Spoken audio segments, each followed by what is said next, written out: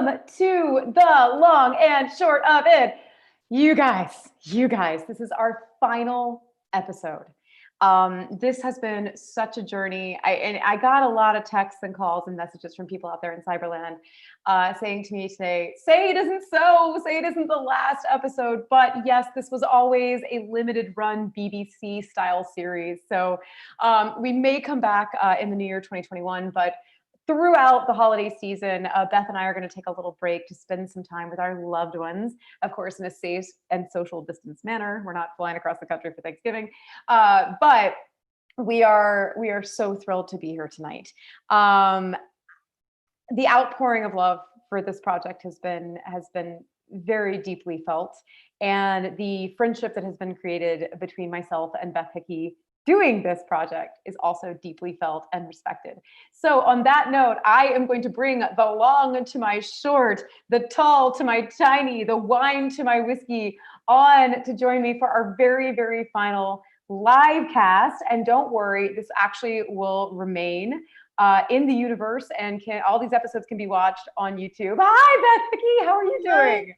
I'm good. How are you? I'm so good. It's such a pleasure to see you.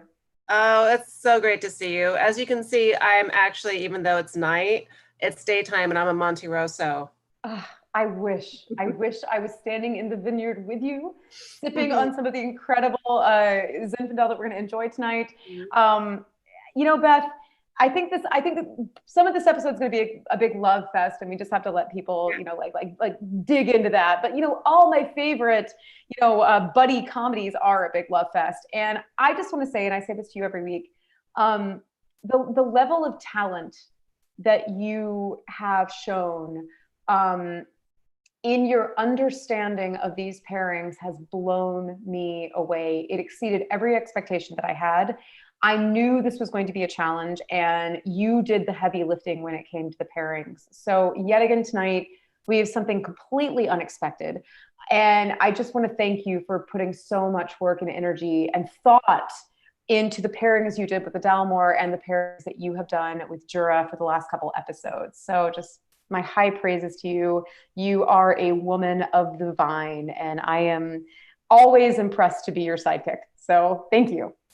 I appreciate that. Thank you. It's been, I have 20 years on the restaurant floor and I'm an advanced somm. So my training is to think about things like this. And so this project has been amazing to be able to play around with that and to look at my portfolio through the eyes of with pairing it with spirits. And that was a different angle. Instead of just pairing it necessarily with food, even though food was the bridge for quite a few of the pairings, but to look at the quality of the scotch and the spirit of the wine, really, and to have fun with that. So it's been amazing. And you are so knowledgeable about Thank you.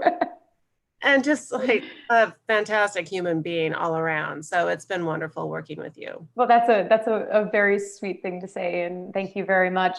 I had been wanting to do this for years. I said this in the very first episode. It's not legal in the state of California for me to do a wine and whiskey tasting. It's considered oversampling of people that would attend an event.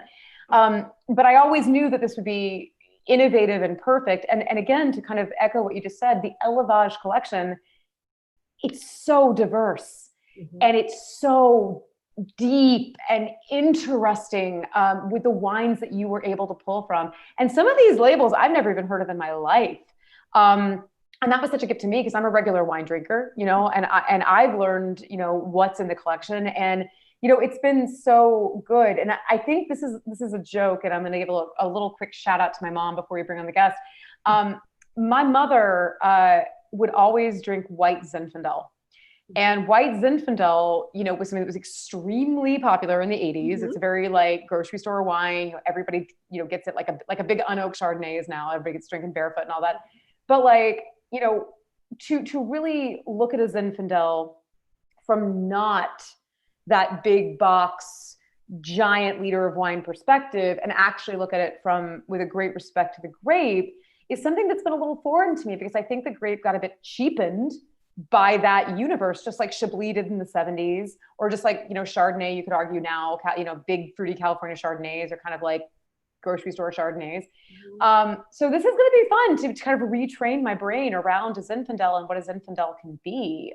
So thank you for choosing one. Oh, absolutely. This actually, I was really excited to be able to pair uh, the Zinfandel with one of the scotches because I really particularly love this bottling. I think it's very classic and it's from an iconic vineyard. And then when it paired with the Jura 18, I was like, yes, I get to. Well, and the label is ridiculous. Okay, so without further ado, we always have our third surprise guest. It's always a surprise until Thursday afternoon. We never reveal who it is. So tonight, we have touched on fashion. The week that we were supposed to have our incredible film historian and a horror film specialist, she got ill. And we did wind up touching a little bit on fashion. But tonight, we are diving antlers first into fashion. Oh, wait, I forgot we're doing Jura. Well, they still have deer, so it's fine. We're diving antlers first into fashion with a woman whose designs are thrilling, exciting, interesting, taking Nordic culture, traditional Nordic dress, and reinterpreting these designs for stuff that's wearable for all body types.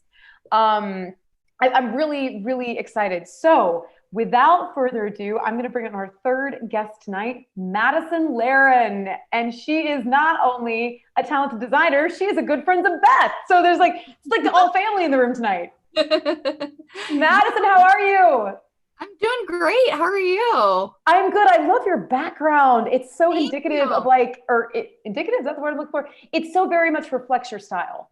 This is actually fabric that's going into the spring collection. So it's a bit of a sneak peek. See, that's marketing. It's beautiful, and you look beautiful in front of it. So, guys, I know this has been this weird sub theme of all of the live casts that we're doing, but we all got news today that our cities are going back down into pandemic lockdown, which is hard. I think we're getting a lot of lockdown fatigue. And, doing this live cast is something that's kept me like excited, happy. It's allowed me to meet strangers. Like Madison, this is the first time we're meeting. And if we were doing this Zoom, we wouldn't be meeting. But, I'm just kind of curious, ladies, when you're talking about something creative like fashion or what we do, Beth does have a high level of creativity. What are the things you're practicing on a daily basis to stay sane during this time? What are your hobbies? Are you delving deeper into things you already love? Madison, what about you? I've been making a lot of masks. You have. So I'm getting close to like 4,000 now that I've made custom. So for me, it's just I've been working more now than I was before quarantine, before COVID, before all those things.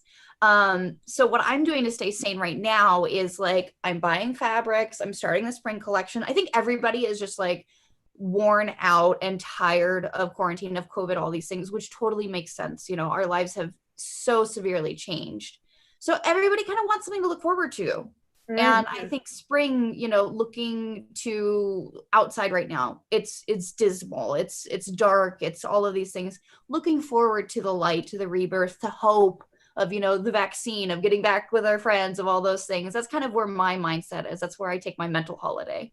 Well, I know this is not Norse mythology, but, that idea of Persephone rising and coming back to us in the springtime and, the life returns to the world. So, I think it's a very good thing to kind of put a fork in that and think about, the spring being maybe the rebirth of social, the rebirth of joy, the rebirth of, coming out of this crisis. Beth, what are you doing on a daily basis besides drinking wine, of course, but like, what are you doing to enjoy yourself? I try to keep up with my exercise regime. I saw your cute photo with your little one the other day. Yes, my youngest tried to work out with me the other day. It was adorable to watch him try to do some bar stuff. I'm like, oh. He's like, what do I do with this leg, mommy? I've been trying to read. I've been trying to listen to music.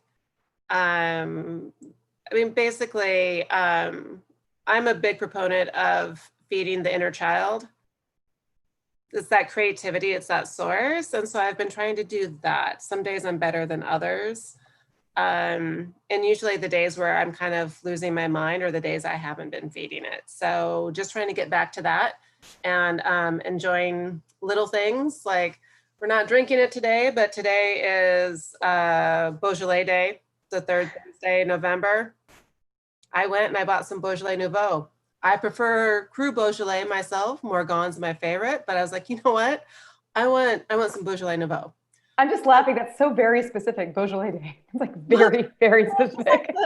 Finding little joys, little moments to be like, you know what? This wine was just recently made from freshly harvested grapes. I'm gonna enjoy. And Beaujolais is beautiful. I mean, it's fantastic. It's like fun, and delightful. Yeah, and so just little. I'm trying to find joy in little things because, and it's because it's crazy out there. Well, you know, just to circle back a little, because, you know, Madison, you are a fashion designer. And, you know, the joy this evening is people are going to get to see some of your work. You've paired some of your beautiful work with these beverages tonight. I think one of the things that has been so very different for me and challenging is that I love to get dressed up. I love gowns. I love shoes. I love fake eyelashes. I love the fact that I've worked in an industry for a very long time, that most of the events I do, I look like, you know, on point. And I went into an entire year of basically wearing like sweats. And I'm working on a house and I'm doing a bunch of yard projects. So now I'm just wearing stretchy pants because I'm out in the yard, you know, bending and moving and digging. But I was noticing that my mood, my sense of glamour and self was going away because the decorating of the body. Now, of course, we have Beth over here who is like Miss Fashionista. Beth, what are you wearing tonight? I'm wearing, well, it's Celine and it's kind of vintage, but it's from the Phoebe Philo era, who was most revered as being one of the best carriers of the house for Celine, like just impeccable. And I wore it to represent that you can be classic and timeless, but still modern, which I think fits the Elevage portfolio. So I was pairing my own outfit. I love it. Yeah. I think the only way to look forward with creativity or with life in general is to also stop and look back and take from that. So, well, you know, Madison, tonight you look elegant. You look gorgeous. Is this one of your own designs? And I'm really curious, can you tell us about the emblem or applique or? So this is one of my designs. It's a floor length gown. And it's made of a ponte knit. So it's super comfortable, like lots of great stretch. And it has a little bit of warmth too, because, you know, in Seattle this time of year, it can get a little chilly out at night, but you still want to look glamorous. So you get that kind of both world, feels like stretchy pants, but looks like supermodel, like it's great. And then this pin is actually traditional silver from my region where my family comes from in Norway, that was gifted to me by my mom. It's so stunning. Thank you. Yeah. I mean, I'm really hoping with the challenges of Zoom, it's translating on camera because it is stunning. Thank you so much. I mean, you look fantastic. And I'm laughing, ladies, because I did a tasting a couple nights ago for the Dalmore with the Magic Castle here in LA. And if you're familiar with the Magic Castle, they have a very strict dress code, like very strict, and it is no negotiation. And I was like, well, you know, I'm doing this tasting, I might as well dress up. So I wore this pretty sexy little cocktail dress. And it was funny because after it was over, one of the members sent me an email and he's like, you know, I kind of wish I had dressed up because it would have felt like we were at the castle together. And I was like, find excuses. You got to make excuses. This is it. So Madison, this is a bit of a hard question, a little bit of a thorny question. How has this affected your business? Because are people buying gowns? Are they buying dressier things in this time? I mean, I know H&M is just selling sweatpants. So, I mean, have you noticed that? They're just selling sweatpants. I have lots of new sweatpants. But, you know, the thing is, a lot of my clients are brides. And having that extra year that they're adding to their planned wedding dates, either people are eloping still and they're doing it small and they still want something custom, because I think to be a bride on that day, that's like one of the most special days of your life.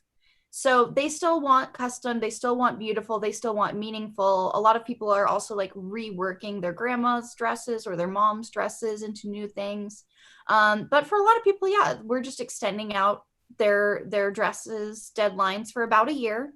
And it gives us some time to kind of rethink details and say, okay, what are some kind of like sneak peek little things that only the bride is going to know about? Like, are we doing some embroidery on the inside of like a great grandmother's tatting or a little crochet heart or something? Or how are we making this more special? I get the feeling it's going to be a while till we get to do the galas and things like that again. But that's kind of why I'm coming out with more of a ready to wear leaning collection. I want to have something that's really empowering for women in the workforce, whether it's, in spirits, whether it's in the office, whether it's finance, whatever it may be, that has that touch of femininity, but is really empowering and comfortable and something you can wear all day and not feel like, the stiff suit with all the padding and all of the everything. So just trying to reinvent what femininity and what women in the workforce, like, we don't have to dress like guys. No, and it's so funny. I don't know if you guys have been like watching The Crown. I've been kind of binging The Crown, but you look at that Thatcher era and all of the fashion was like, it's male adjacent or it's male presenting adjacent. Absolutely. Everything was like, it's a suit with a bow, like it was like, what, but I remember my mom, in the workforce in the 80s. I mean, she had the shoulder pads, she had the 2-piece skirt suits, everything that was like, I'm like a man, I'm close enough to being a man that you should trust me with stuff. And I think it's interesting because Beth and I in our industry, the rules are very loose for what's considered professional. Like in any given space, I could wear a shift dress, I could wear a floor length dress, I could wear a 2-piece, women's suit. I can wear, I'm not forced to adhere to like the rigidness of maybe people in finance, or maybe people in a more corporate setting. And I love that because it means I have a little bit of creative expression. But I will echo back at you or reflect back at you. And I'd love to hear Beth's thoughts on this because, you're all over Seattle all the time in a typical day. One of my biggest problems is before the pandemic, I was traveling all the time. And sometimes I had to get on a plane and literally get to a city, drop a suitcase off and walk into a presentation or an account. Mm-hmm. And I had to wear something that was non-wrinkle, didn't make me want to kill myself by the end of the day. It wasn't like constricting some portion of my organs. And I started leaning towards jumpers, like long leg, I guess you call them one pieces, but anyway, because jumpers are short, but like, you know what I mean? Like one piece. Yeah, like pantsuit combo. Exactly. I call them you call them onesies? Yeah, I mean, onesies works. It's just funny because in the UK, jumpers are sweaters. But yeah, it's like, I would only wear a jumper and I sold so much whiskey. That's how you go to work. No. Excellent strategy. But, but that became my go-to. And then as I, kind of got deeper into working this role, long dresses became my go-to. Because they're beautiful, they're comfortable, they're a singular outfit. I don't have to mix and match, and you can wear them on planes. They're not cold.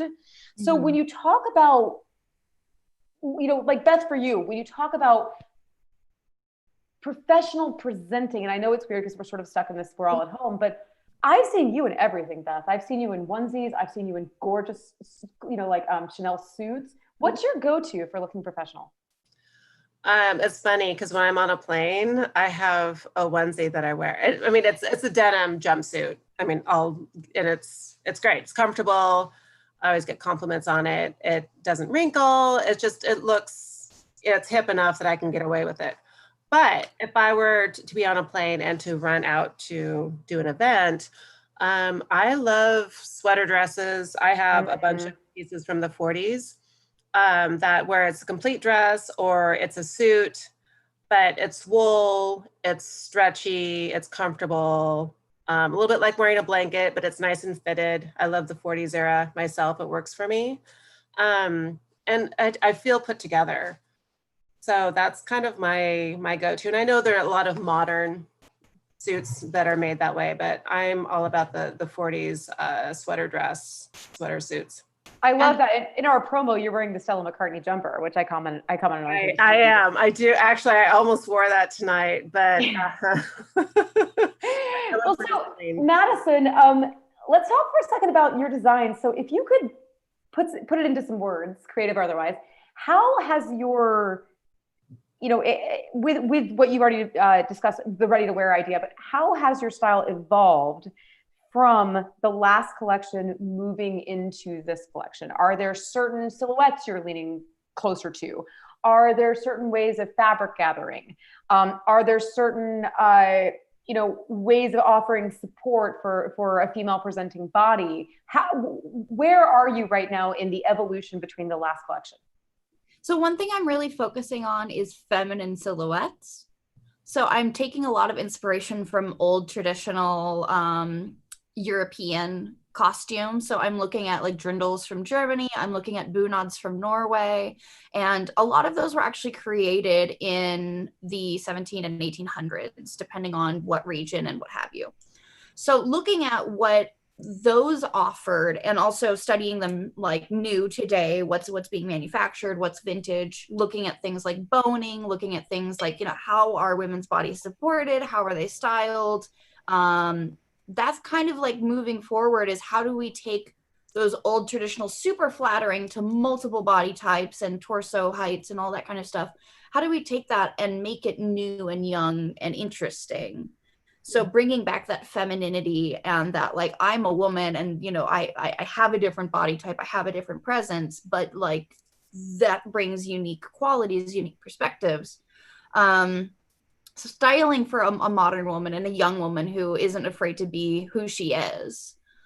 So looking at different necklines and things that like lace up the front, but instead of it looking costumey, it's done with like beautiful metal details for little frogs, and then the lacing up of it is done in like a chain instead of a ribbon, and just elevating these things so that it doesn't feel like you're going to Oktoberfest. And I just want to say for those out there who are not fashion people, she does not mean literally frogs. She means frog closures, not like literally frogs, because that would be awesome. But hey, those are super cute. Those are super cute. Well, here's my thing. I think that it was so beautiful to see, because we're going to see some of your designs a little bit later, what those reinterpretations, not only of that European style, but also the wildness of those regions.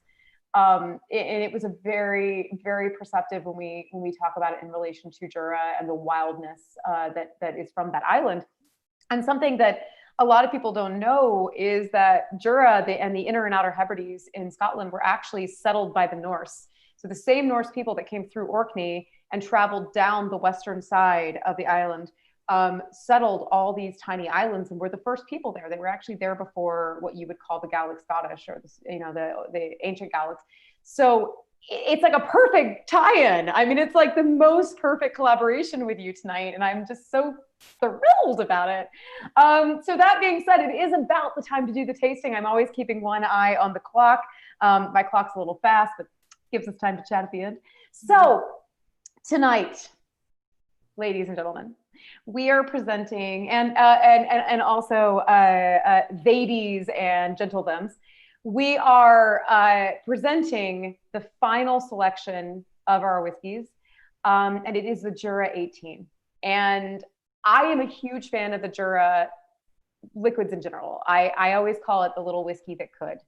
And that's because, and you may have heard me say this the last two episodes, but the whiskey is made by a tiny island community located in the Inner Hebrides Islands in Scotland. And there's only 212 souls that live on the island. And every single person is involved in the making of this whiskey in some fashion. Some of them literally with their hands make it, and some run the hotel or the pub, or any of those businesses that are supporting the whiskey makers. So it's a very, very intricate ecosystem on the island. Unfortunately, I mentioned this in a prior episode, they have been in lockdown since February. No one comes or goes except the one person who delivers groceries and who picks up a whiskey. And that is because there is no hospital that is within a reasonable distance if someone wants to get sick. And they've been very fortunate. There's not been a single case of COVID on the island, and hopefully we keep it that way, because we want to keep bringing you fantastic single malt. So we tried the Jura 10, tried the Jura 7 with last week, which was the one with all the different finishing casks. But tonight we're doing the Jura 18. So minimum of 18 years in ex-bourbon American oak. So of course we're gonna get all those typical of ex-bourbon notes. We're gonna get like the big vanilla, the tannin. I like to say the buttercream cookie, which I can't eat, but I do remember from eating from my childhood. And all those things that are going to enhance the house style of Jura. The house style of Jura tends to sit around an apple-y note. I like to say it's a red delicious apple because you can taste the skin, the bitterness of it. You can also taste the golden flesh. So if you raise it to your nose, I've done a lot of whiskey tastings today, so I'm doing nosing and tasting notes. But if you raise it to your nose, you're going to immediately get that red apple. It's just very apparent. And also remember that one of the things that makes Jura so special is from grain to distillation to maturation, we actually make two styles of whiskey. So we have a peated and an unpeated, and they are not brought together until a final marrying cask before bottling. So we are doing this process completely separate, and ne'er those two whiskeys can meet until the very end and fall in love. So what makes Jura 18 so very special? Well, not only do we have this incredible ex-bourbon influence, but we have a red wine influence from one of the finest wines vineyards on planet Earth. And Beth, you gotta back me up on this one. But basically, this whiskey is going to be finished. So 60% is going to be removed from the original cask, and that 60% is going to be finished in Bordeaux Grand Cru wine barriques from Chateau Latour. What does that mean? Well, it means when we say Grand Cru, it is the highest quality. Bordeaux, one of the finest wine growing regions. It's going to have all that rich, big red. It's going to have the fruit. It's going to have, again, the wine tannins are affecting it. I was so excited to end on this whiskey because if I could pair any whiskey for a Thanksgiving meal, it would be Jura 18. And I myself am going to be eating dinner with my relatives.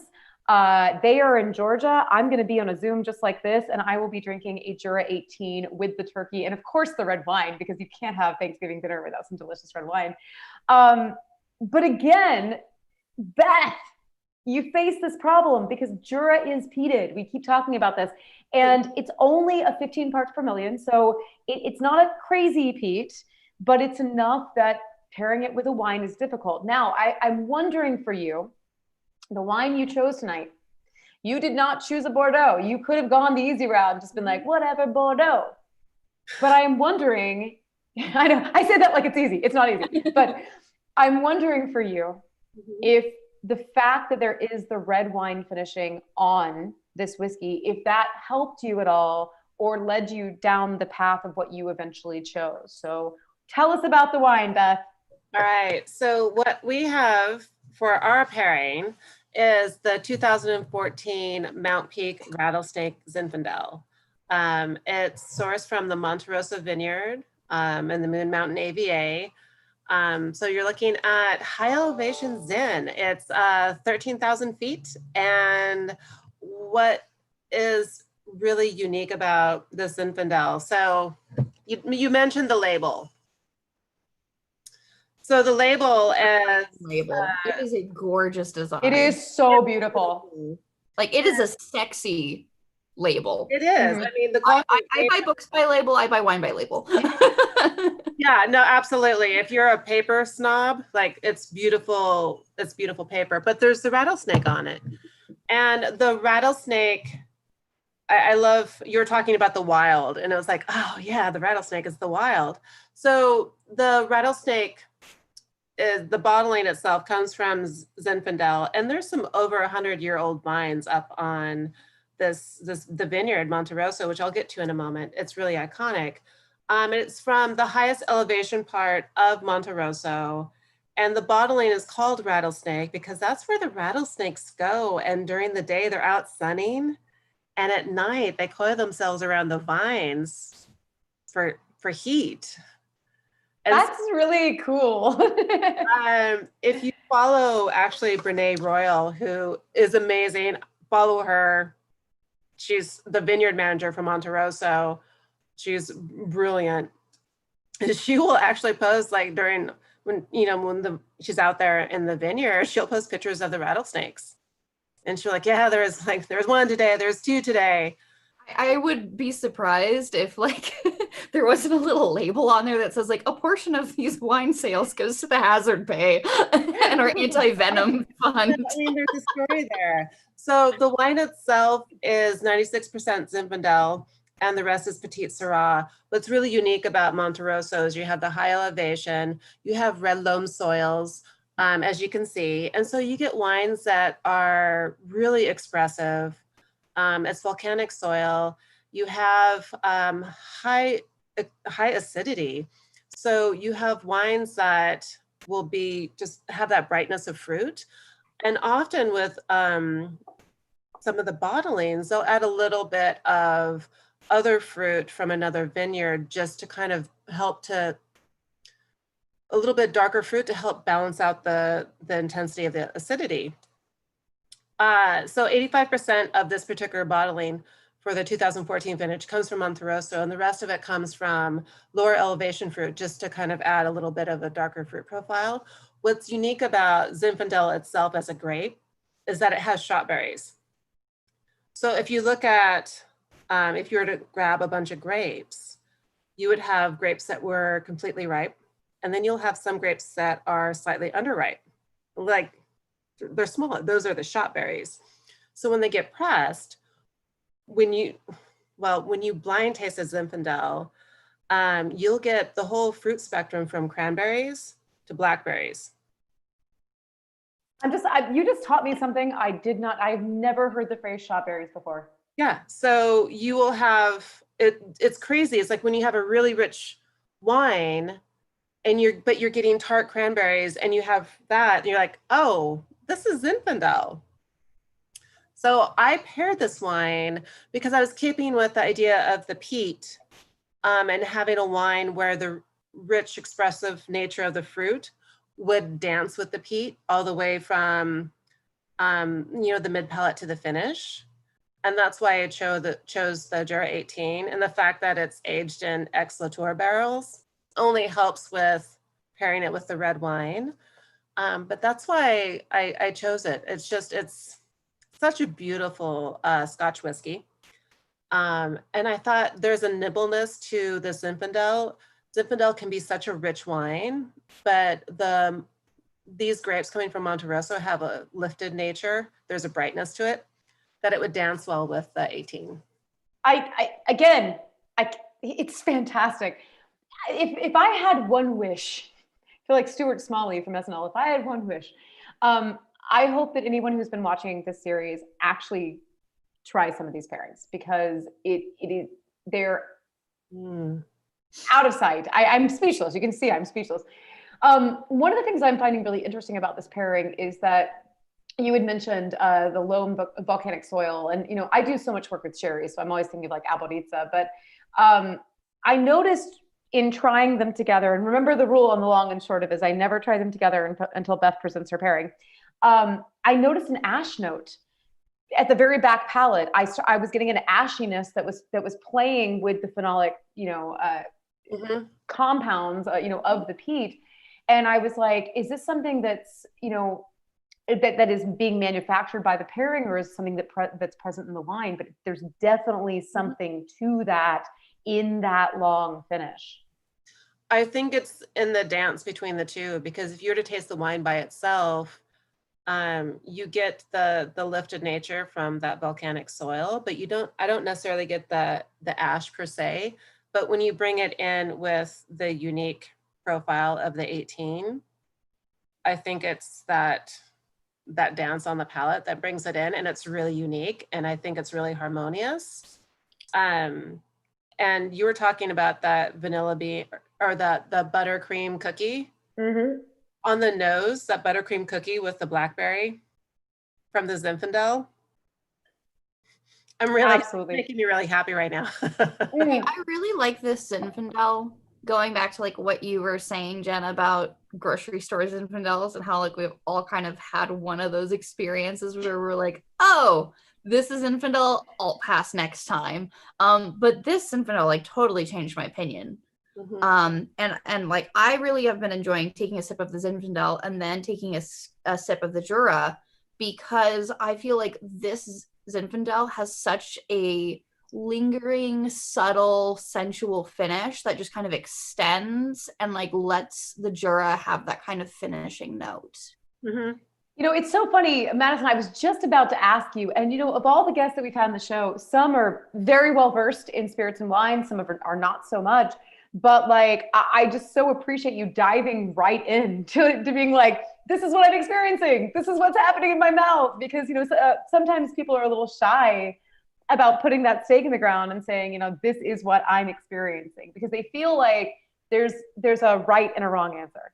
And honestly, and I think Beth would really back me up on this, when we're talking about tasting and aroma notes, there's not really a right and a wrong answer. There's your personal experience of what's happening. We all have different chemistry too. It's like the people who like cilantro, the people who don't like broccoli, you know, things like that. We all experience it differently. And I love doing tastings. I've done a lot of tastings with Beth where it's been kind of like a round table tasting, like, what do you get? What do you get? Mm-hmm. And just hearing some of the things people say, it's like, I would have never seen that or tasted that, if you will. But then you hear it and it kind of gives you a whole new lease on that wine that you're sampling. And so it's great to hear other people's perspectives, because yeah, there's no wrong answer, but it might be one that maybe someone didn't think of. You know, and I always encourage people, especially with tasting notes, draw from what you know. You know, I used to always say, like, I'm from Georgia, so I have a very clear idea of the smell and the fragrance of Georgia red clay and pine trees and what that's like in the spring or the fall. That might be an experience that someone from India never had. So they might not smell red dirt in a wine. They may not smell a pine note easily, but they might smell something from their childhood, you know, that is completely special and individual of their personal experience. Mm-hmm. And anytime that you shut that down, you're learning less about a spirit or a wine. Absolutely. It's fascinating to listen to people who come from a different part of the world, taste a wine, and they're dropping their tasting notes, and it's fascinating.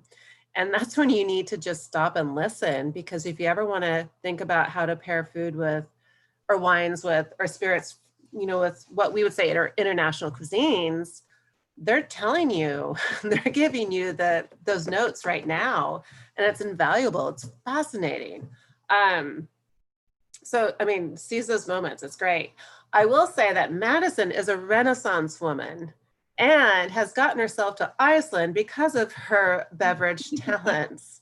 Well, you know, on that note, I'm going to actually give Madison the floor, because there's sort of a trifecta of things happening here. Mm-hmm.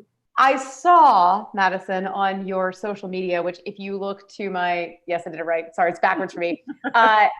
Leiren Designs or Norse.mask. You can find Madison's work, which is right here. I saw a couple things. You were doing masks in honor of something who's very important to the spirits industry. Love for you to talk about that. Secondarily, we're going to show your pairing, which I'm really excited about. And last but not least, I have also been to Iceland. It is a place that I had one of the worst experiences. Best because it was the coolest place in the world. Worst because I got an upper respiratory infection when I was there. So I was really sick. But I'd love to hear about all three things. And on that note, you just let me know when you'd like me to cue up the visuals. Just okay. Tell me when it's time. Yeah. So I've been making these masks. You know, we all got the news in kind of January-ish is when the rumors started circulating that, hey, like, this isn't just a flu. This isn't just, you know, something that's going to go away.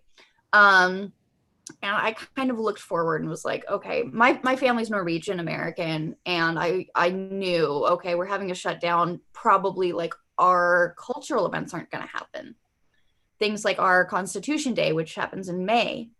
And that really hit me hard, because that's like just one of the excuses every year to get together with community and to dress up in our garb and see family and all of those things. And I was like, that's going to be a big loss, and I can't be the only person who's feeling that. So I came up with the idea of Norse mask, which started with the Norwegian flag as a banner of hope, a symbol of community, because even though you're socially distanced, you're across the street from someone or you're across a grocery store, people can see that and they'll say, hey, that's part of my community, or they see that symbol that gives them strength and hope. And I didn't just stop there. I've made Mexican flags, I've made American flags, I've made Scottish, Portuguese, Indian, like you name it, because it's not just my culture. It's not just my people. Like we're all suffering through this, and we all need our village, our community, even from afar. So that was kind of the concept behind the flag masks and Norse masks. So it's really cool to like walk down the street and see people in like flag masks and be like, wow, okay, I started that. Like, I feel like I invented the piano tie or something, you know what I mean? That you just like see months down the road and you're like, wow, okay, like that's when I knew like, okay, I can actually call myself a fashion designer for once instead of just being like, oh, I went to school for it and I've been working my butt off for a long time and yada yada. I think you could also call yourself an influencer. Yeah, I mean, put whatever label you want on it. But it was really cool to having help in the community, having a way to give back. So I recently did a fundraiser. Rocky was a big part of our community. People in Iceland know him, people in Louisiana, everybody knows Rocky. I never had the pleasure of meeting him, but I know. But you know the legend. Yes, I know the legend. I know many people who love him very much, and it was for those of you out there in Cyberland. This was a gentleman who was. I don't even know what to say. He was like the mayor of spirits. He knew everyone. He was kind. He was compassionate. He was supportive, and he died very young, unfortunately. Yeah. And he was somebody who like I could take him to lunch and be like, hey, I want to talk about my business, my side hustle, not just industry. And he would always lend an ear, be supportive, etc. So he unfortunately passed this last year, and our community's been in a big loss. So I started making these masks out of his old shirts. And then donating proceeds to a member of our community who is unfortunately suffering from the fight with cancer.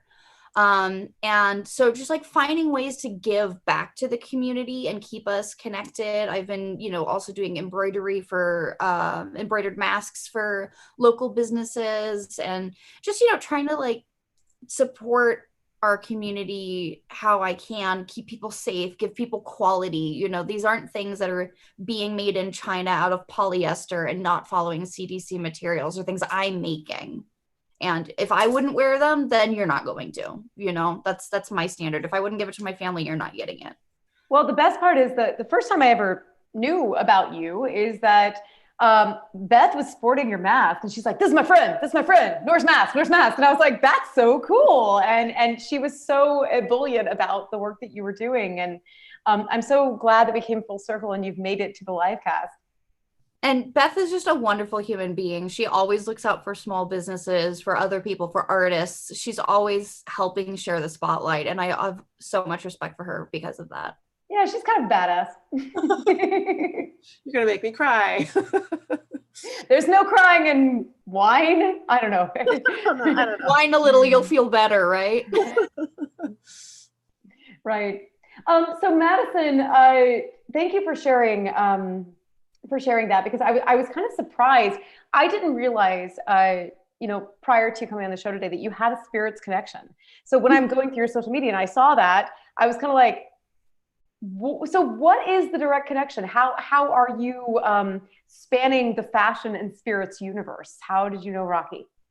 So I started working in the industry at 16. I started as a waitress in a little like breakfast place in San Diego, working the after church shift when everybody would come in all at once for brunch. And through the years, I was waitressing, I was bartending, I was cocktailing, hosting, you name it.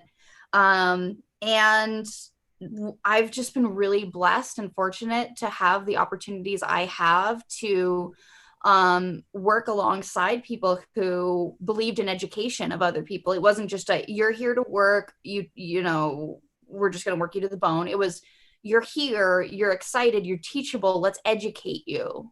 Because their feeling was, if you can share with the guest. You make it more of an experience that way instead of just a meal. And I think that that's important in any type of business. I do that a lot with my brides too, when I'm working with a custom bride. Like, you're not just buying a dress for me. It's the experience of working with me. It's the experience of a custom garment. And that's spirits. I mean, you know Scotch. It ranges from Port Charlotte's to something like, you know, Jura, the 12 or 10. We actually have a 10 and a 12. We just don't have a 12 in America. Okay. So I know about the 10, but I wasn't sure about the 12. Yeah, so just knowing what people want and knowing, you know, say, talk to me. What do you like? What don't you like? That's always a skill in anything. So that's kind of how I branched between the two. Was I was working as a server and as a bartender and everything, while I've been building my business. And I finished school, design school in 2012. So I've been doing it, kind of wearing both hats since then. You know, and I think it's interesting. So I started my career in the universe as an actress, and spirits and the spirits game was always a side hustle for me, until it wasn't, you know, and it was always something that I was doing on the weekends or the evenings. And I think that's true for a lot of people that work in our industry. But I'm very blown away by your reverence. And I think what you're talking about, if I could distill it, no pun intended, is hospitality. And hospitality can be the right wine that Beth chooses for a table. Hospitality can be educating people on whiskey and speaking their language. Hospitality can be making a bride feel like the queen she is for the day she's with you, and making her feel welcome and that she is beautiful and worthy and celebrated. This has been the most fun, but you know what? The problem is, Madison, is we have not seen your stunning designs, because let's fix that. Let's do this. Okay, so I'm gonna pull up the PowerPoint, guys. This is awesome. corporate. We have a PowerPoint, and I think Madison, if you feel comfortable, I'm gonna leave us on the live panel screen so everyone can kind of see what we're talking about. But let's pull this up. I mean, guys, these are ridiculous. I would love to wear all of these designs. So here we go. Madison, tell us about this unbelievable, stunning dress in this gorgeous pastoral forest setting. Yeah, so this dress is something, you know, I've got the rattlesnake wine and then I've got the Jura 18. So this is what I paired with the Jura, and this is why. This is my Stamnes dress, which is named after the village that my family comes from in Norway. When I tried the Jura 18 for the first time, it was something that, you know, I kind of smelled it and I was like, ooh, okay, it's a Scotch. Here we go. This is going to be hot. This is going to be like, you know, something that's a little heavy. But when I took my first sip, I realized that it's something you kind of have to just let yourself go and just deepen the experience, enjoy the ride, because it really is so sensual. It is such a like subtle kind of a whisper over the tongue, whereas some scotches, when they're super peated or super hot or super oily, they can be a little bit more blunt. And I feel like this one is a bit more trying to romance the palate. And that kind of reminded me of like when you feel a fabric and you look at it on the bolt or you look at it on a dress on the rack or what have you, and you say, oh, it's going to feel this way or it's going to be this way or whatever. And you feel it, and to your surprise, it just has that butter and that smooth, subtle, just like you just want to hold it and wrap yourself up in it. And this dress really has that. It has that almost like leather, buttery texture to it. And that's like one of the reasons I hate shopping online for fabric. It's like, I got to touch it, you know, and that's what this Scotch does. It's like you don't just order a Scotch from the label, you order it for how it makes you feel, and you remember that last time you had it. And that's kind of what it makes me think about. And like it has this beautiful, almost a perfume of like this rich, almost like a dehydrated orange. Like it's not that bright, simple, you know, happy, cute. It's really sensual, and it's really deep. And that's what this fabric of this dress made me think of. And also talking about, you know, weaving together the scotches at the end of the process, of that super peated versus the less peated one. that gives us this final product of the Jura 18. There's some beautiful craftsmanship in this dress. If you want to go ahead and go to the next picture. Yes, of course. And I love this next slide because it shows the back, the front, the gathering of the fabric. Yeah, you can see there's the belt there that's woven in this beautiful metallic feature. And also the dress, the neckline of it is actually held up by a necklace. So you can swap it out if you want a silver chain, if you want a gold chain, depending on how you want to accessorize. But there's that beautiful touch of craftsmanship there that just really kind of puts that final note, that finishing touch, that completion to the dress, in the same way that I feel like blending those two forms of the Scotch together to make the final Jura. It's just that cherry on top. You know, I think that every time we've done this show, we've always had these happy accidental themes. And tonight it seems that the theme that we are touching upon is wildness. And this idea of this almost elven or fairy human wandering through the forest. And, you know, Jura is famous for being, according to George Orwell, one of the most ungettable places in the world. And it is wild. Most of Jura is not settled. It's actually owned and run by the deer themselves. And it is hit by the Corrie Brecken whirlpool. And there's a lot of wildness. And this is true in all of Scotland.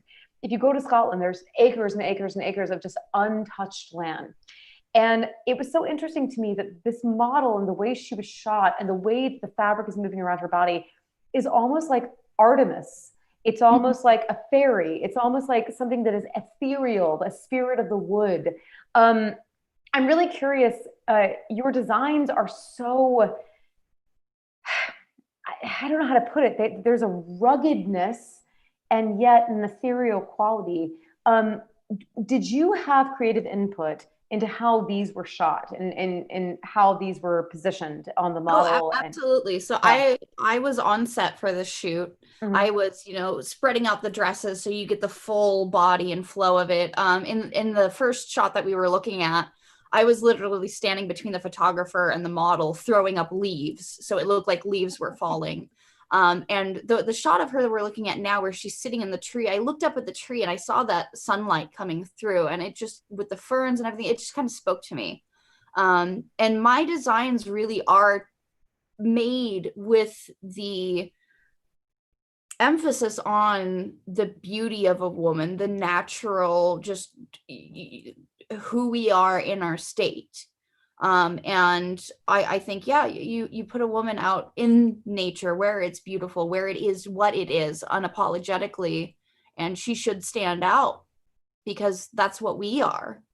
We're humans in this big, crazy, ridiculous, concrete existence, but at our core, we're nature. You know, and I think one of the things is that's so fascinating about the shoot is the ephemeral versus the brutal, because nature is very brutal and it's very unforgiving. And I think that both of those things are captured. And, you know, when you're talking about creating a single malt, it is ephemeral in the sense that you put all this love and this care and this thought into it, especially something like an 18-year-old that's had 18 years of being watched over. And then someone just in one night drinks a bottle and it's gone. 18 years like that. It has the same cold brutality that, you know, for lack of a better phrase, death has. And I love the fact that the shoot really highlights the juxtaposition between nature is stunning, but it's unforgiving. The dress is ephemeral. It moves against the body, but the shape does not remain. The shape is only adherent to that one movement, and then it's gone and lost in time.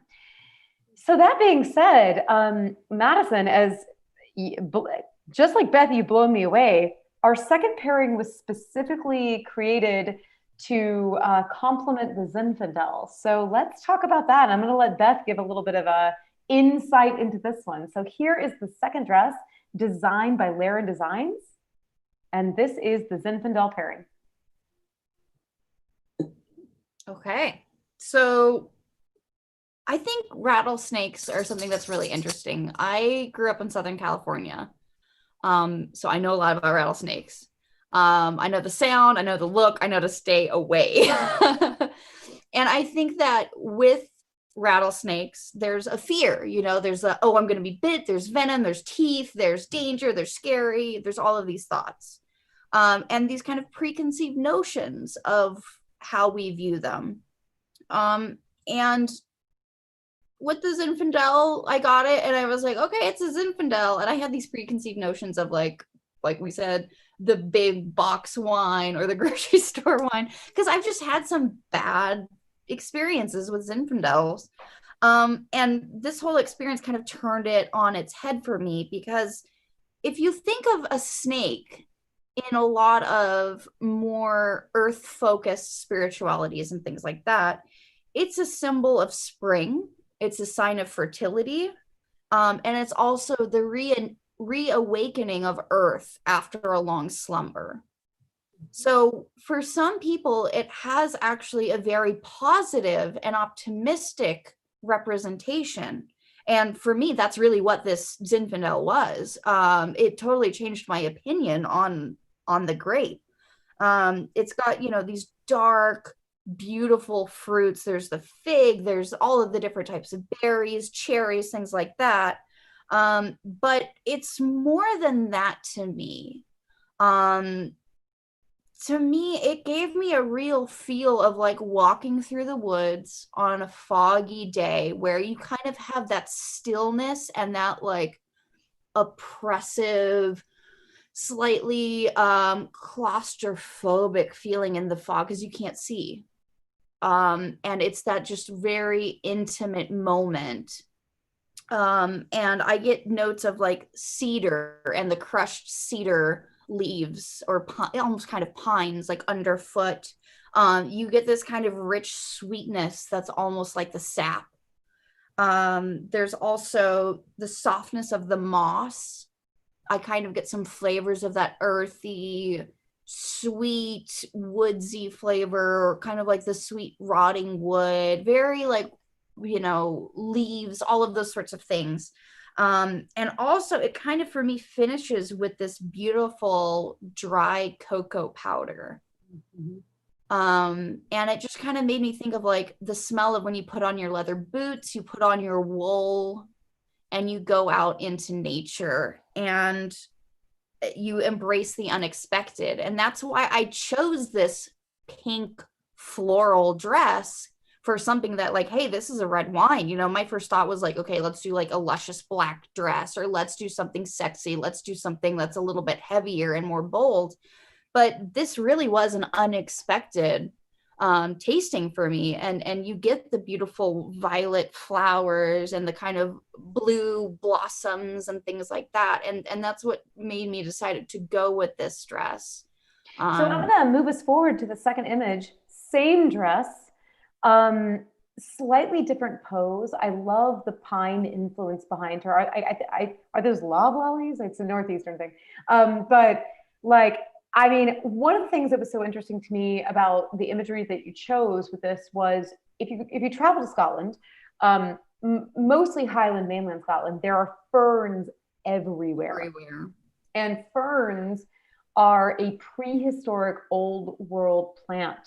And they are very omnipresent in the floors of old world forests. And in Scotland, where we have all of this really deeply protected land, there are ferns for miles, days. And I just love the fact that they were omnipresent. Again, the juxtaposition between the air and the light and the movement of the dress, and then these old world prehistoric ferns. So please, like, tell us a little bit more about this, the Sweetheart Neckline, the long train. Yeah, so this is actually built on a corset, and it's a stretch corset. So it's something that's a little bit more modern, a little bit more comfortable, for somebody who's not wearing shapewear or corsets often. And all of these, you can see that there's green there that kind of represents the moss. And these little pink and white and blush flowers, those are all done by hand and sewn on individually. And this whole entire, everything that you can see on this dress is done by hand. It was completely hand sewn, other than the corset foundation. I mean, it's ridiculous. Beth, Fashionista Beth, tell us your thoughts. I mean, I think actually this is perfect.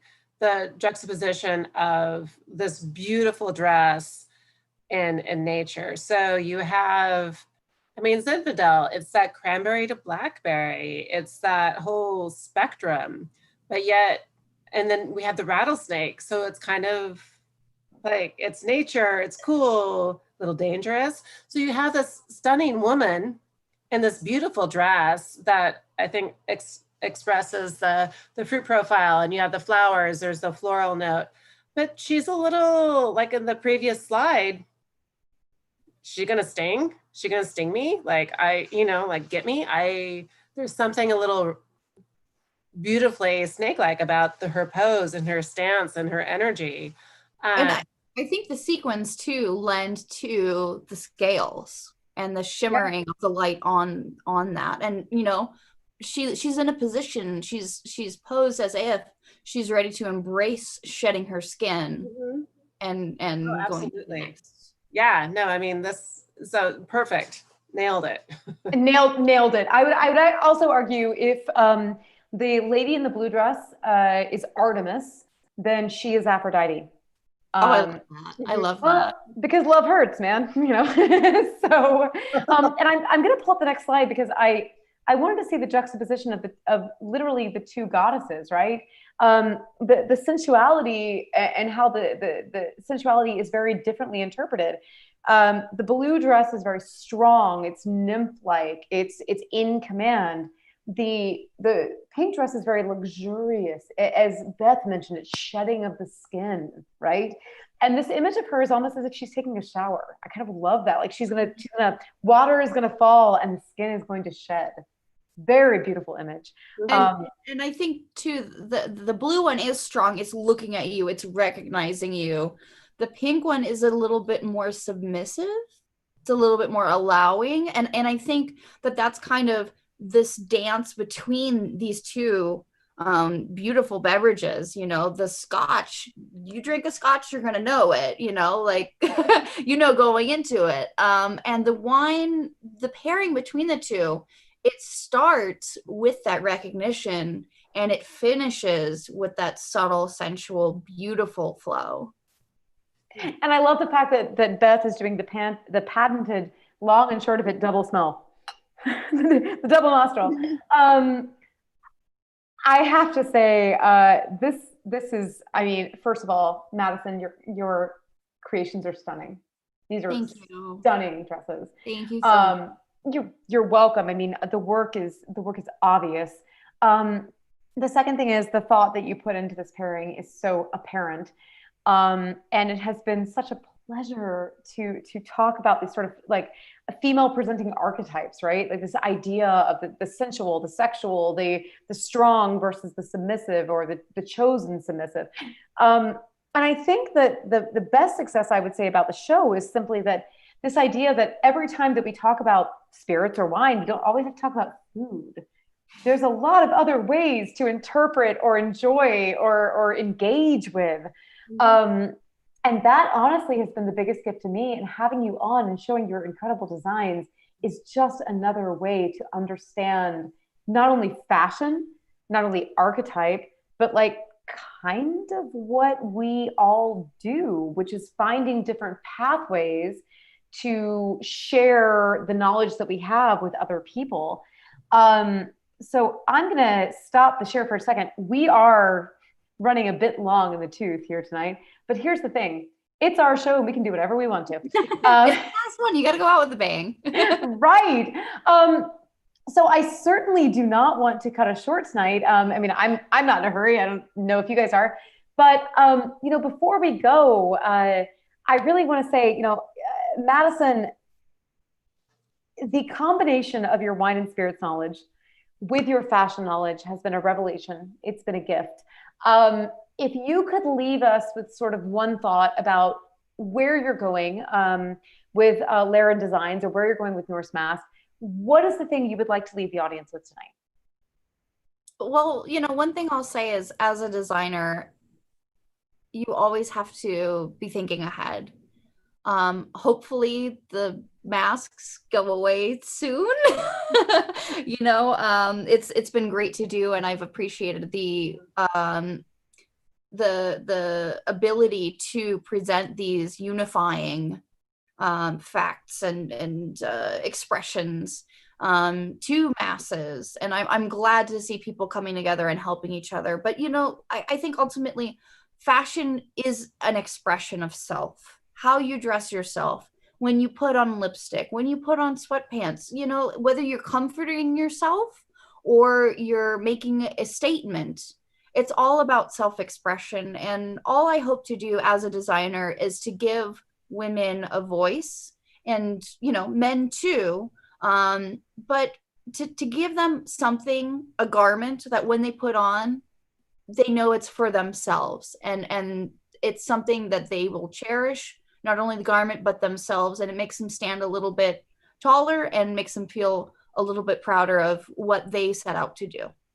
I love that. I love this idea of cherish yourself, because you are precious. We are all precious, and we should cherish ourselves.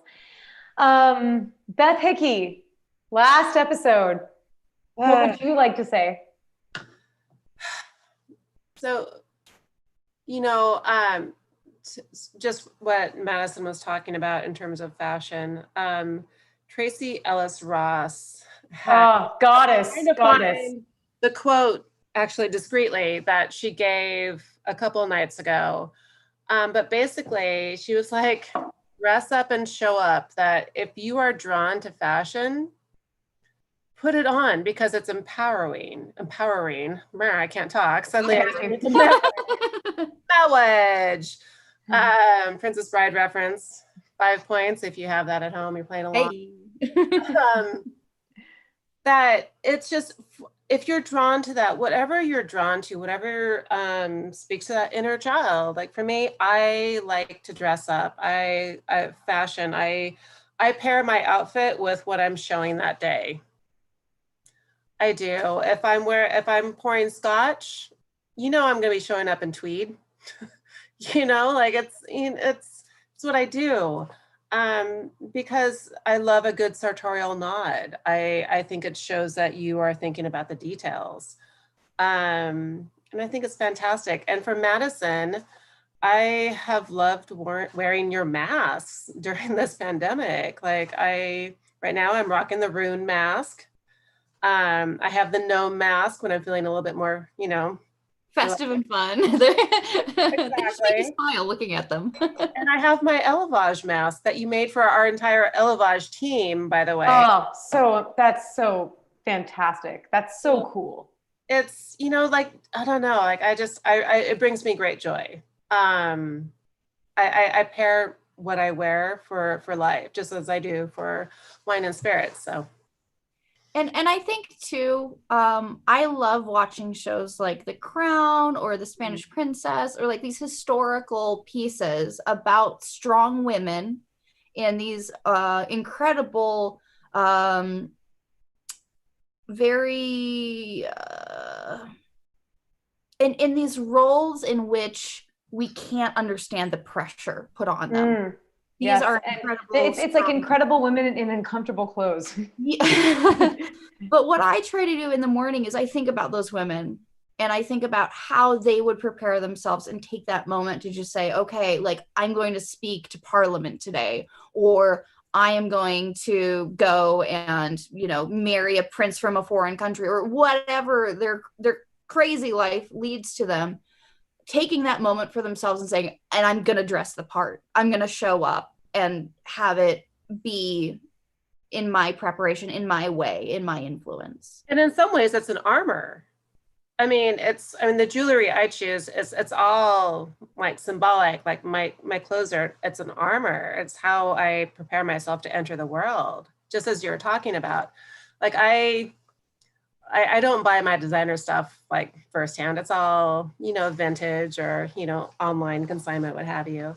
But because of the Queen, I tracked down some Leiren handbags because she has symbolism with how she holds her bag, what hand, and it tells her people around her she wants to leave in 15 minutes or not. And isn't it interesting how that makes you feel when you have that? You have that symbol, you have that armor, you have that piece of someone else from whom you draw strength.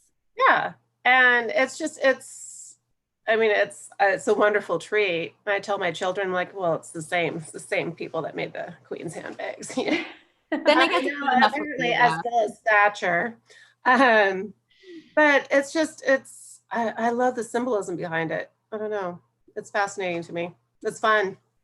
Well, tonight I was gonna wear a gown and I put it on, and unfortunately it looks terrible on camera. Like I did try to wear it. Congratulations, bring it over. I'll take a look at it. No, it was more just like with the background and the whiskey, it was like too much.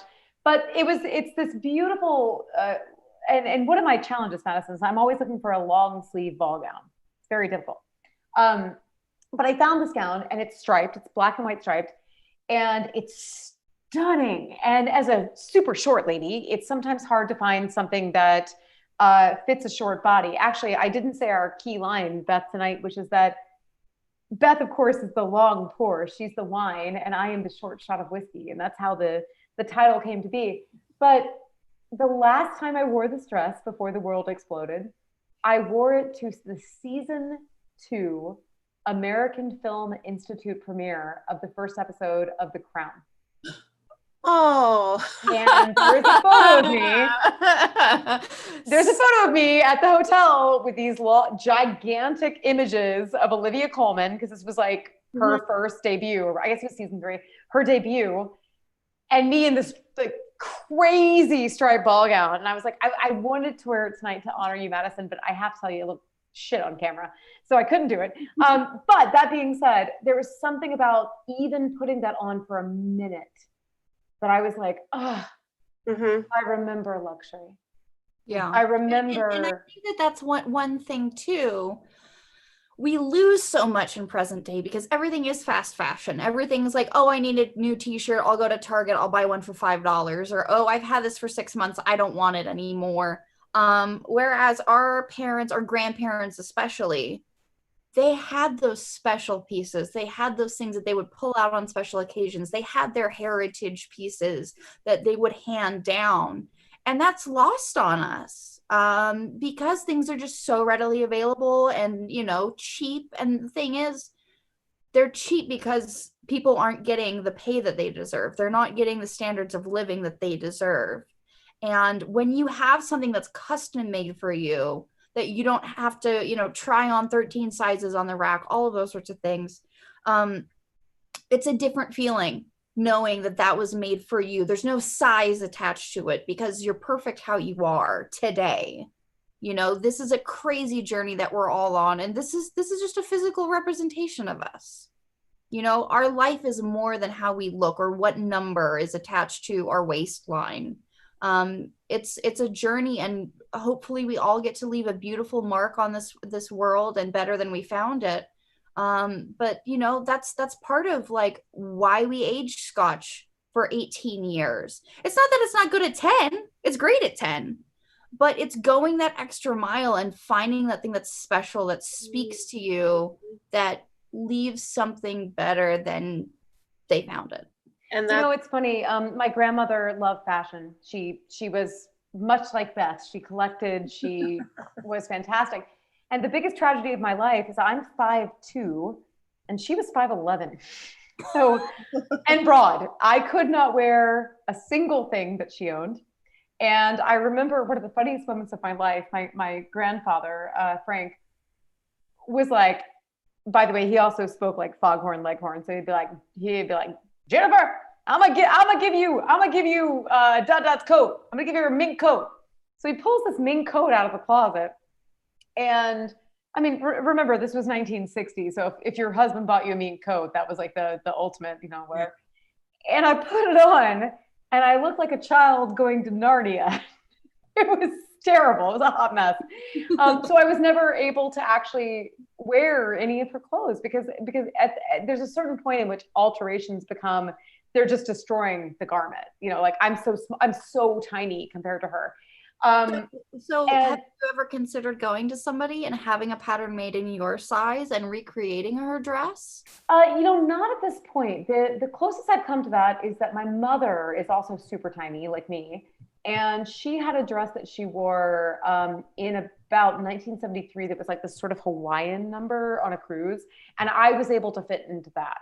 But the clothes that belonged to my grandmother Dorothy, they're just it's just too much. There's too much shoulders. There's too much sleeves. There's too much length. And most of them at this point have been given away.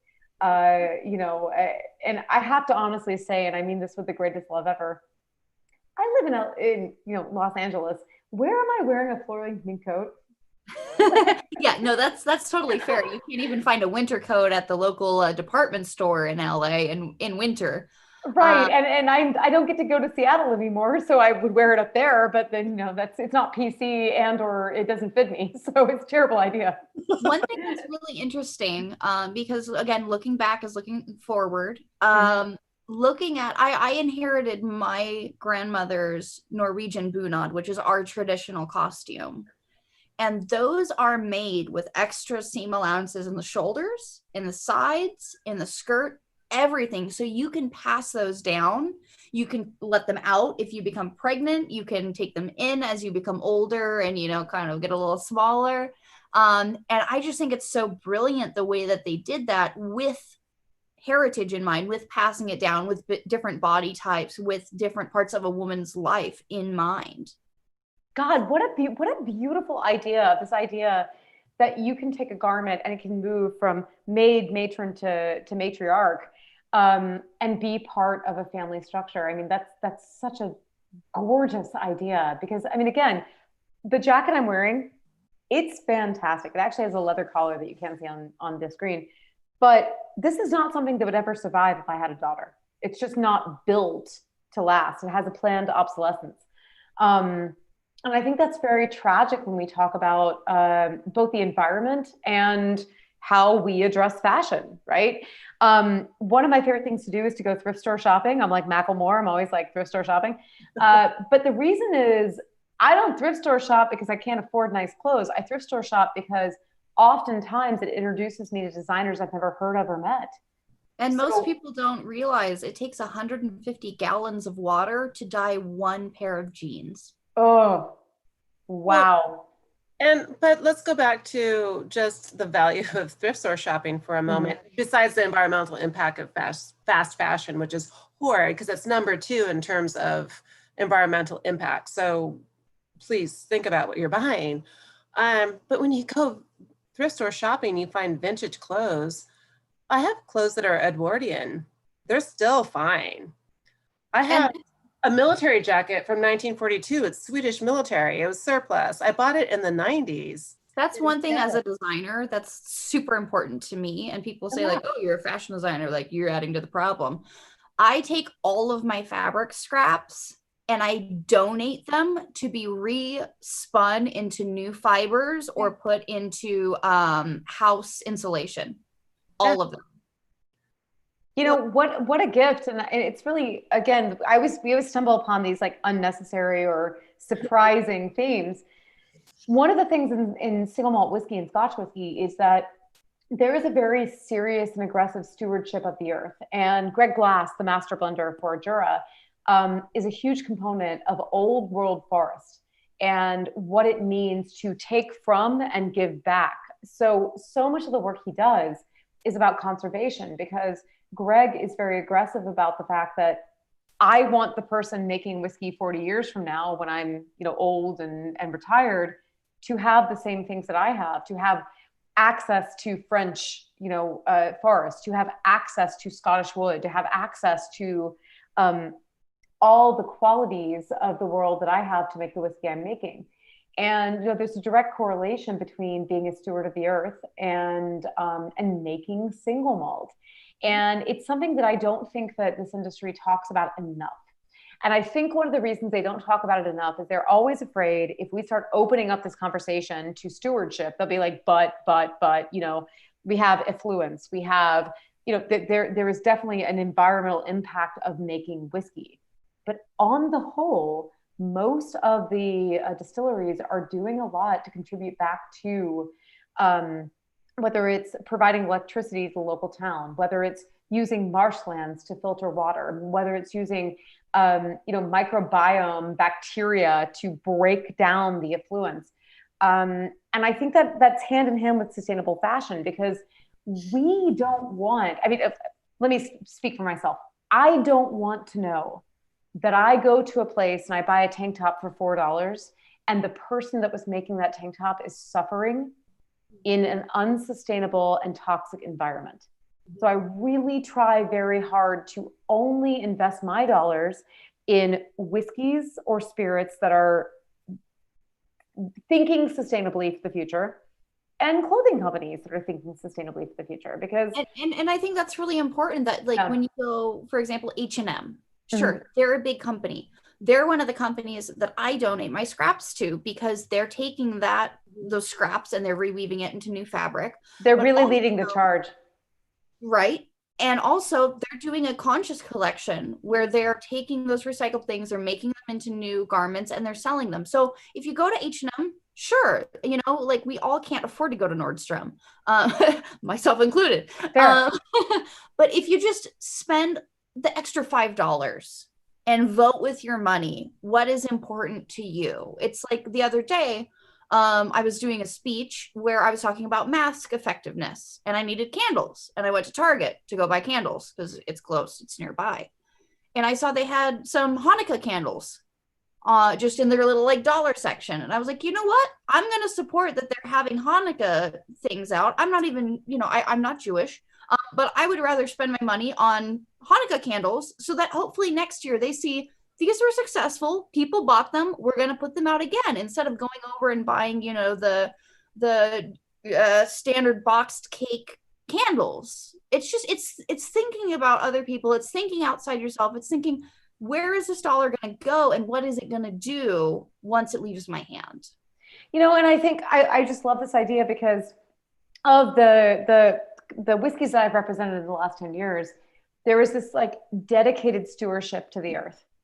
And it has always made me happy, because I know that if I'm enjoying this or the previous brands that I worked for, there was a stewardship to the land in Scotland. There's a stewardship to peat. There's a stewardship to the water. And, you know, I don't get asked about it very often, but it's such a pleasure to say, yes, that liquid, that brand is making a point to ensure that when we have effluence, when we're done with the distillation process, we're doing something about it. And that's a very big part of like the Scandinavian mindset too. Yeah. There are laws in Norway, I can't speak for everywhere because I only really know Norway best, that is, you can travel anywhere in Norway. You can pitch a tent anywhere in Norway if it's not fenced off. So there's this feeling of this land is everyone's, and you treat it with respect, you know, leave it at how you found it or better. But that there's, you can travel, you can enjoy the nature. You can hunt and fish, you know, it's very much by permit, and it's very selective to make sure that people aren't overfishing or overhunting and all of those sorts of things. They really keep an eye on that sort of stuff. And that's how there's still so much beauty and wonder there. And they actually plant more trees than they cut down and burn in their fireplaces. And that's a very important ecological decision for them as well. And I think, you know, as people, it's hard to be carbon neutral. You know, we need electricity, we need internet, we need all these blah, blah, blah, blah, cars, things. It's the modern age. But making those decisions just one at a time. I'm going to recycle this instead of throw it away. I'm going to take the extra 5 steps to throw my coffee cup in a recycling bin instead of the trash right there. Those things add up. They really do. They do. They add up on a micro and a macro. Yeah. And I want to chime in real quick and say that I'm incredibly proud to work for Gallo. They're very incredibly mindful of the size of their footprint and have taken incredible steps to be as innovative and responsible with their use of materials and recycling and watering and just taking care of the earth. It's been really incredibly impressive. So, and I think too, both with Scotch and with the wine, you're working with an organic compound. You're working with an organic material. And there's even so much more of a connection to taking care of those old vines, finding the rattlesnakes, taking care of the peat and making sure that those bogs are, you know, staying healthy for the years down the road for when the peat's ready to be taken out. And things like that, where there is more of that connection than people just going and buying a t-shirt. But you know, that cotton came from somewhere, that silk came from somewhere. Somebody sewed that together. And you know, being mindful of our footprints, we all have to be. That's the only way this world is going to keep going around for future generations. No, I'm sorry, Beth, go ahead, please. Oh, I was just going to say that I think that there's a luxury to the artisan aspect, to people that are being mindful about what they're creating, that it's not just being... It's a responsibility as a creator. It really is. That's how I feel. Yeah, and there's a luxury to that. And I think it's quite beautiful. And I think it's represented in the Scotch whiskey and the wine, and definitely in your designs, Madison. Yes, I mean, your designs are out of sight. I mean, I feel like I'm using terms from the 1970s, but like seriously, they're stunning. So guys, I am going to shut us down. And what that means for those of you watching at home, we actually have a whole late night conversation you don't get to see. And I feel bad for you because we tend to keep talking, but in regards to time, it's about time for us to sign off for the evening. So Madison, thank you so much for being here. I could not have chosen. Oh, thank you so much. Thank you. I could not have chosen a more educated, funny, or kind guest to join us for the last episode. Beth Hickey, you make me happy every time we work together. Thank you for your friendship, your stewardship, and your incredible wine knowledge.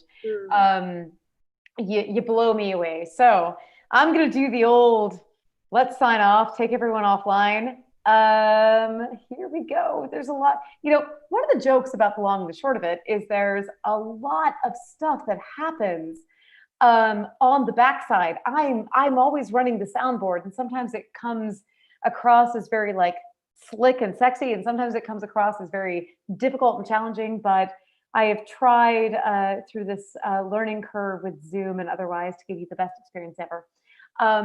But you know, the last thing I'll say before I sign off for the final episode is that in the last 17 years, I fell into a career that involved wine and spirits with some of the most talented people in the world I have ever met.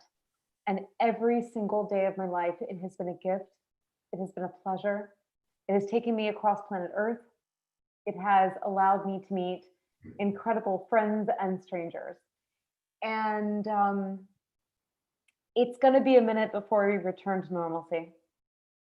Hang in there. Take care of yourselves. And for lack of a better phrase, good night and good luck.